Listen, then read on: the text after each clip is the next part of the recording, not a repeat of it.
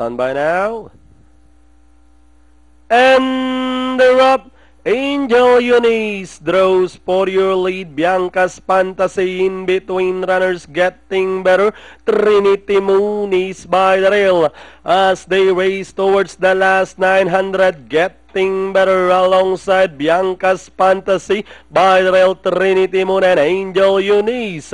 And as they race towards the last 800, getting better by the rail. Bianca's Fantasy is on the outside, almost as one.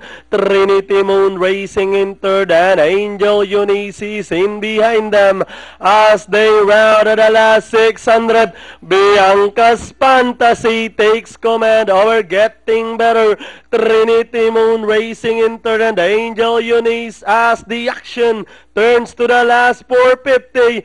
Bianca's Fantasy running on the outside, getting better by the rail. Trinity Moon, Angel Eunice, and leading the finish line. Bianca's Fantasy getting better is by the rail. Bianca's Fantasy getting better by the rail. Trinity Moon remains in third.